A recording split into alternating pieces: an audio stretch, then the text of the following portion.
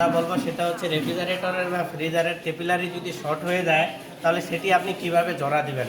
তো আমাদের কাজ করতে করতে বা হিমায়ত চার্জিং করতে করতে এমন হয়ে যায় যে ক্যাপিলারি শর্ট হয়ে যায়, তখন কিন্তু স্টেনারের ওখানে লাগানো যায় না, তখন আমাদের ক্যাপিলারি জোড়া দিতে হয়। তো এই ক্যাপিলারি কিভাবে জোড়া দিবেন এটাই হচ্ছে আজকের মূল বিষয়।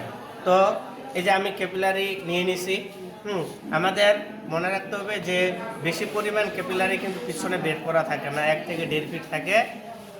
তো এটার সাথে আমরা কি আমাদের কাজের সুবিধার জন্য আরও কিছুটা ক্যাপিলারি লাগাই নিব। হ্যাঁ, এখন তো এখানে দেখেন, এখন ক্যাপিলারি জয়েন্ট দেওয়ার জন্য আপনি কীভাবে জয়েন্ট দিতে পারেন। তো প্রথমত হচ্ছে এসির ক্যাপিলারি, আপনার রেফ্রিজারেটরের ক্যাপিলারি থেকে এসির ক্যাপিলারি মোটা, তো আপনারা এখানে তো আর সুইচিং করে এখানে লাগানো যাবে না, তাই না বিষয়টা। তো কথা হচ্ছে আপনারা মধ্যখানে একটা এসির ক্যাপিলারির শর্ট পিস নিতে পারেন, যে এই পাশ থেকে এসির ক্যাপিলারিটা এখানে প্রবেশ করায় দেব, এই পাশ থেকে এই পাশে যেটা আমরা নির্দিষ্ট দৈর্ঘ্যের লাগাচ্ছি সেটা প্রবেশ করায় দেব। তো এভাবে যদি আমরা ব্রেজিং করে দিই তাহলে কিন্তু হয়ে যাবে। দেখেন এটা কিন্তু ক্যাপিলারিটা শর্ট হয়ে গেছে। স্টেনারের মাথা হচ্ছে এই যে এইখানে, হ্যাঁ, স্টেনার যেখানে আমরা ক্যাপিলারিটা দিব এইখানে, আর এটা হচ্ছে এখানে। তো কথা হচ্ছে এই জন্য আমাদের দৈর্ঘ্য বৃদ্ধি করার প্রয়োজন পড়তেছে। তো আমি তাহলে এসির ক্যাপিলারি আপনারা মধ্যখানে সংযোগ দেওয়ার জন্য ব্যবহার করতে পারেন। এই যে বিষয়টা, তারপরে এখানে ব্রেজিং করে দিলেই হয়ে গেল। তো কথা হচ্ছে আপনার কাছে যদি এসির ক্যাপিলারি না থাকে তখন কি করবেন, তখন হচ্ছে আপনি 316 টিউব অর্থাৎ 1.5 সুতার যে টিউব আছে সেটা ব্যবহার করতে পারেন। তো আমরা এই যে আমি টিউবটা নিয়েছি, তো এই যে অর্ধেক প্রবেশ করাবো, অর্ধেকের একটু কম প্রবেশ করাবো, করায়া আমাকে কম্বিনেশন প্লাস দেন। কম্বিনেশন প্লাস দিয়ে আমি এই জায়গাটা কি করে দেব, পাঁচ করে দেব। বিষয়টা ক্লিয়ার। তো আমাদের এই পার্শ্বে এবার আসতেছে এই পার্শ্বে, আর একটু উপরে নেন, এই যে এই পার্শ্বে এই যে প্রবেশ করাবো, করায়া এই পাশটাও কি করে দিব,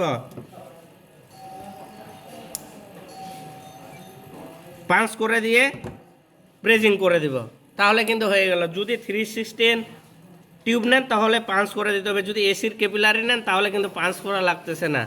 আপনার কাছে যদি না থাকে তাহলে এটার অল্টারনেটিভ হিসাবে আপনি 316 টিউব ব্যবহার করতে পারবেন।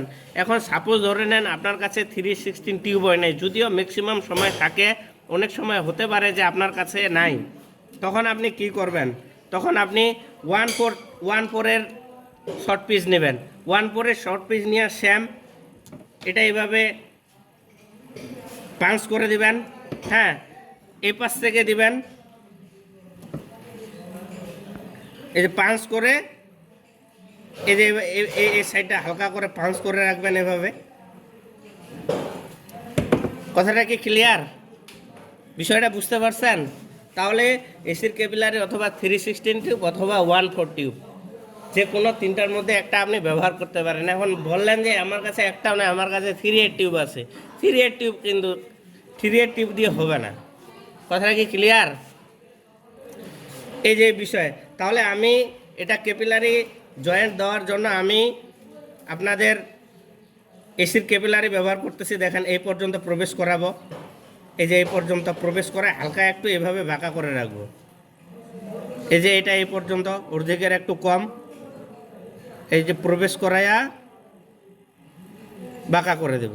তো এটা আমি এখানে পেঁচায় রাখতেছি, আমি হাত দিয়ে ধরে রাখবো না। বিষয়টা ক্লিয়ার? আমি এখানে এই 2 পয়েন্ট আমাদের এখন ব্রেজিং করে দিলেই হয়ে যাবে। দেন টর্চ দেন, লাইটার দেন।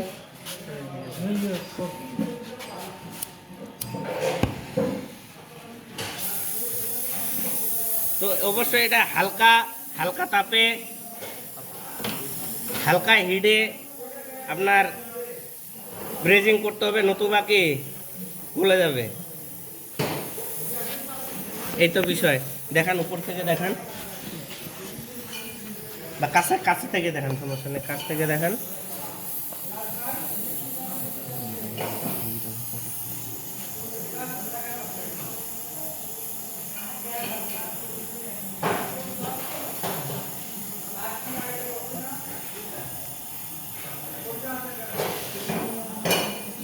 কি হয়ে গেছে না?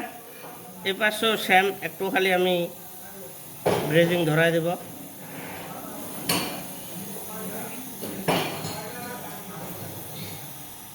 ক্লিয়ার? তো এই হচ্ছে বিষয়। তো আশা করি আপনারা ক্যাপিলারির দৈর্ঘ্য বৃদ্ধি করতে পারবেন। যদি ক্যাপিলারি কাজ করতে করতে শর্ট হয়ে যায় তাহলে আপনারা ক্যাপিলারির দৈর্ঘ্য বৃদ্ধি করবেন। এটাই ছিল আজকের ভিডিও। তো দেখা হবে পরবর্তী নতুন একটি ভিডিওতে।